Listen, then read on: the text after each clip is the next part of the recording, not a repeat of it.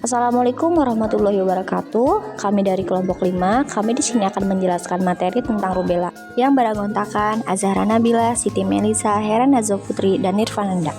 Yang pertama ada definisi. Definisi rubella adalah penyakit menular yang terjadi akibat infeksi virus. Kondisi ini memiliki nama lain campak Jerman yang biasanya menyerang anak-anak dan remaja. Ini merupakan penyakit yang berbeda dari campak, tetapi mereka memiliki kesamaan gejala, yakni munculnya ruam kemerahan pada kulit. Wanita hamil dengan usia kehamilan belum 5 bulan harus lebih mewaspadai penyakit ini. Pasalnya, penyakit ini berpotensi untuk menimbulkan sindrom rubella kongenital yang bisa berdampak pada bayi setelah kelahiran. Yang kedua ada etiologi. Virus penyebabnya bisa menyebar dengan begitu mudah dan biasanya melalui saluran pernapasan. Prosesnya adalah ketika pengidap bersin atau batuk.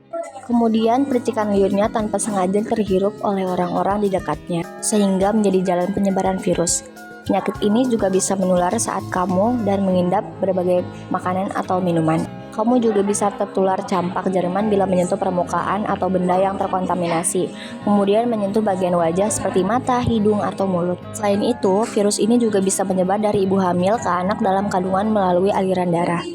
Masa inkubasi virus berlangsung 1 atau 2 minggu sebelum timbulnya ruam sampai sekitar atau 2 minggu setelah ruam menghilang. Orang yang terinfeksi dapat menularkan penyakitnya sebelum orang tersebut mengalami gejala infeksi rubella.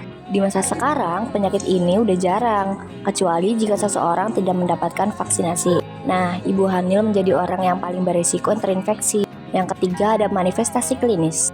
Anak-anak yang mengidap penyakit ini umumnya mengalami gejala yang lebih ringan daripada orang dewasa. Masa inkubasi campak Jerman adalah sekitar 14 hingga 21 hari sejak terjadinya infeksi hingga timbulnya gejala. Berikut ini beberapa gejala umum yang terjadi. Yang pertama ada sakit kepala, yang kedua ada iritasi ringan pada mata, yang ketiga ada demam, yang keempat ada hidung tersumbat, yang kelima ada ruam terbentuk bintik-bintik kemerahan muncul di sekitar kulit wajah kemudian menyebar ke badan, tangan, dan kaki. Yang keenam ada rasa nyeri pada sendi ketika seseorang terinfeksi, maka virus akan menyebar ke seluruh tubuh hanya dalam waktu 5 hingga 7 hari. Yang keempat ada komplikasi. Hampir 70% wanita yang terinfeksi mungkin mengalami radang sendi. Namun, kondisi ini jarang terjadi pada anak-anak dan pria. Dalam kasus yang terjadi, penyakit ini juga dapat menyebabkan masalah serius termasuk infeksi otak dan masalah pendarahan. Komplikasi paling serius dari infeksi ini adalah bahaya yang dapat mengintai janin yang sedang berkembang pada wanita hamil. Jika seorang wanita hamil tidak mendapat vaksinasi terinfeksi virus rubella, ia dapat mengalami keguguran atau bayinya dapat meninggal tepat setelah lahir. Ibu hamil juga dapat menularkan virus ke bayi yang sedang berkembang yang dapat mengembangkan cacat lahir yang serius seperti Ibu hamil juga dapat menularkan virus ke bayi yang sedang berkembang yang dapat mengembangkan cacat lahir yang serius, seperti masalah jantung, kehilangan pendengaran dan penglihatan, cacat intelektual, kerusakan hati atau limpa. Cacat lahir yang serius lebih sering terjadi jika seseorang wanita terinfeksi di awal kehamilannya, terutama pada trimester pertama. Cacat lahir yang parah ini memiliki sebutan sindrom rubella kongenital atau CRS. Yang kelima ada pemeriksaan penunjang.